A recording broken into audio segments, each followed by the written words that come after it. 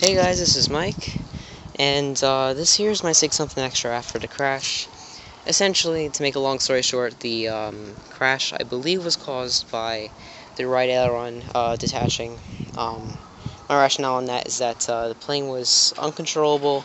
However, I had enough, but it wasn't the radio because I had enough control to bring it around to try to land it. It just felt like the elevator had detached or something, but upon review, like, these hinges are totally unharmed when the aileron came out. Alright, so let's go over the damage. I have no clue if this thing is repairable, to be honest with you guys. There's some areas that totally are, I could do in no time.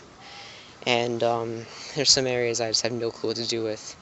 I've never repaired an airplane before, and most I've done is rebuilt the undercarriage on another airplane about this size, so this is a little bit more than... This is rebuilding undercarriage and more.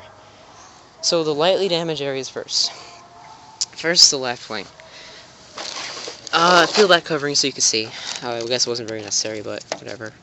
Left wing was totally unharmed, essentially. I mean, the only areas... It's totally fine on the inboard edge. I mean, it looks good as new. The only area is right here. Broken, servo trailers ripped right out and broke this rib. But that could be fixed so easily.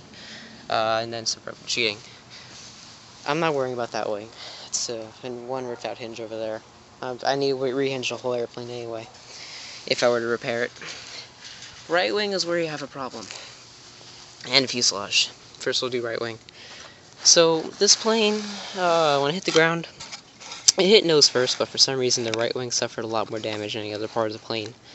In the inboard edge here, which is the strongest part of the wing, you see that the tube here should be perpendicular. Get that in the sun.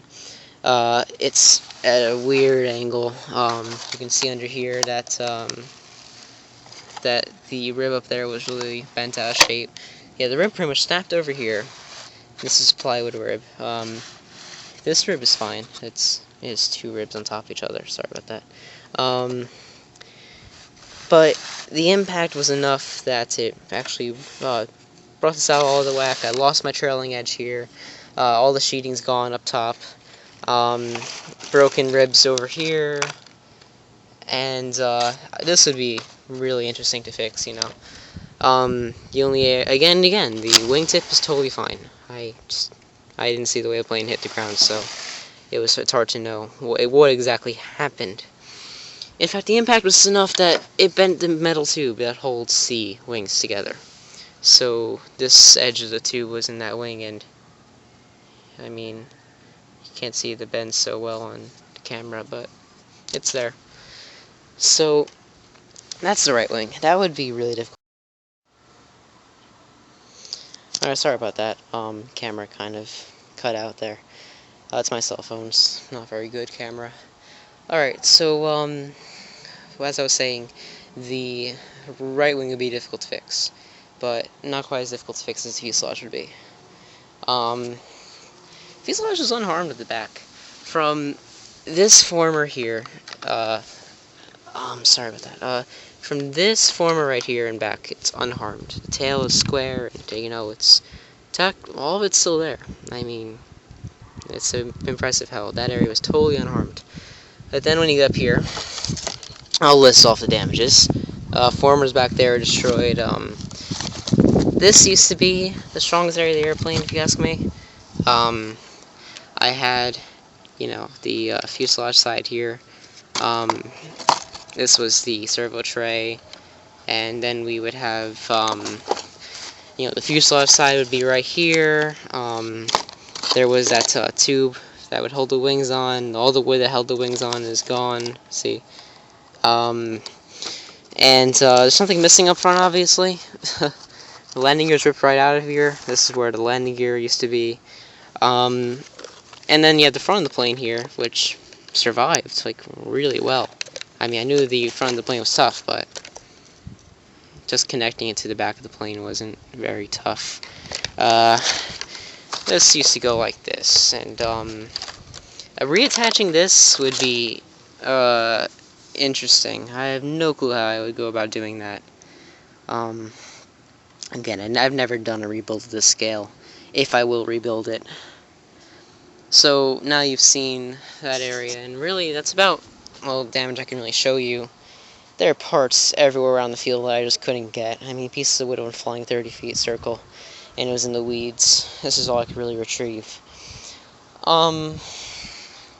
The only unharmed bit of the airplane I can see is the hatch. I mean, so in theory, if anyone was inside this plane, they all survived. It was actually ripped right. It actually ripped the piece of wood that it's mounted to right out of the fuselage, and even my little cockpit in there is still there. So I could build a plane out of the hatch. I mean, make a little glider or something. I have no clue what to do with this wreckage. I mean, it's probably fixable. I just have never done a fix to this scale, and I'm gonna be talking to a friend of mine who is more experienced in RC airplanes, and he'd probably have some advice as to what I should do with all this.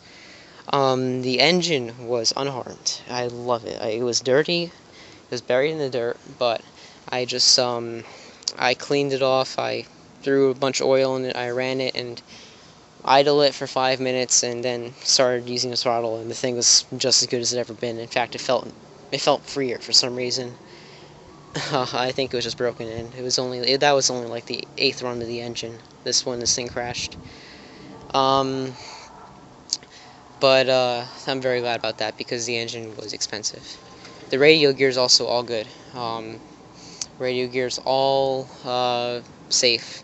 Range, I did a range check, and everything is okay with the radio. Because of this, and because the flying season's already started, I'm going to go and get an ARF and just put the gear in that. I'm not giving up on this plane just yet. I understand that. I'm not just going to throw it away. I'm going to see what I can do with it and see if it's a good decision to rebuild it. Chances are, before college, I'm going to end up building another kit anyway. And I learned a lot from this build. I need to know, I don't know yet if this thing's possible to salvage. Now, some advice could be good as far as how I should go about rebuilding this, but this is my first ever kit build. I mean, I could build it even better if I do it again. But a rebuild, I don't know how I can do, and I don't have any bad parts to put in this thing when if I do test fly it again. I mean, I wouldn't trust this thing to fly again, if you ask me. When you think of it, the kit itself was a lot of work. 4 months for me. As far as money, it's the cheapest part of the plane when you think of it. So, I enjoy building, so building another kit wouldn't be that much of a loss on my part. Just saving up for it wouldn't be too difficult either. Again, we'll see, but I'm not throwing this plane just out just yet. I'm just not thinking that it would be the best idea to just rebuild it. It flew really well for the 2 flights it did fly, so that's pretty much it, guys. Let me know what you think about the plane, but for now, I'm not entirely sure what I'm going to do with it. For now, I'm just going to keep it in the box and talk to my friend about it. I think, if you ask me, I'm going to just put all those parts in a different airplane and build a new kit next fall, or whenever. Maybe build a smaller kit this time, because this thing took forever. Yeah, that's it, guys. So, just let me know what you think of the plane, and you'll find the maiden flight video on my channel. To see how it did fly. It did fly pretty well. Alright, well, that's all. I'll see you guys.